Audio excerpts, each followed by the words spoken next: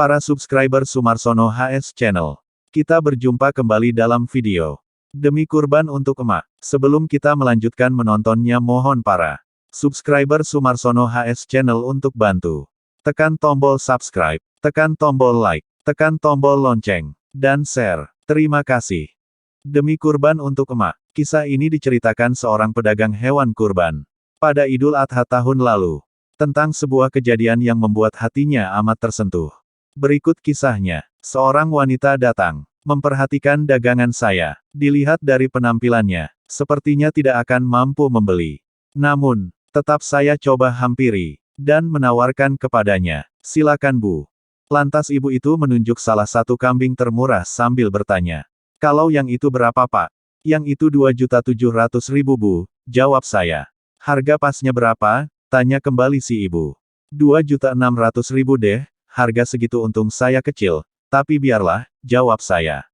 Tapi, uang saya hanya 2.500.000, boleh Pak, pintanya. Waduh, saya bingung, karena itu harga modalnya. Akhirnya saya berembuk dengan teman. Sampai akhirnya diputuskan diberikan saja dengan harga itu kepada ibu tersebut. Saya pun mengantar hewan kurban tersebut sampai ke rumahnya.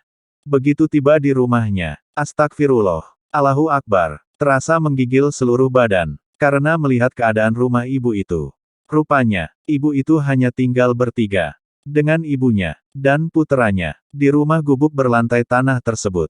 Saya tidak melihat tempat tidur, kasur, kursi, ruang tamu, apalagi perabot mewah, atau barang-barang elektronik. Yang terlihat hanya, dipan kayu, beralaskan tikar, dan bantal lusuh. Di atas dipan, tertidur seorang nenek tua kurus.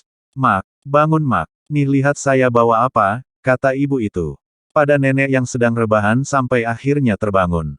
Mak, saya sudah belikan emak kambing buat kurban. Nanti kita antar ke masjid ya Mak, kata ibu itu dengan penuh kegembiraan. Si nenek sangat terkaget, tapi nampak jelas raut bahagia di wajahnya. Ia segera berjalan keluar dengan langkah yang gontai karena usianya yang senja. Sambil mengelus-elus kambing, nenek itu berucap, Alhamdulillah, akhirnya kesampaian juga kalau emak mau berkurban. Nih Pak, uangnya, maaf ya kalau saya nawarnya kemurahan. Karena saya hanya tukang cuci di kampung sini. Saya sengaja mengumpulkan uang untuk beli kambing yang akan diniatkan buat kurban. Atas nama emak saya, kata ibu muda itu. Kaki ini bergetar, dada terasa sesak. Sambil menahan tetes air mata, saya berdoa. Ya Allah, ampuni dosa hamba. Hamba malu berhadapan dengan hamba-Mu yang pasti lebih mulia ini. Seorang yang miskin harta, namun kekayaan, imannya begitu luar biasa. Pak, ini ongkos kendaraannya, panggil ibu itu. Sudah Bu, biar ongkos kendaraannya saya yang bayar, kata saya sambil menyembunyikan mata saya yang sudah berkaca-kaca.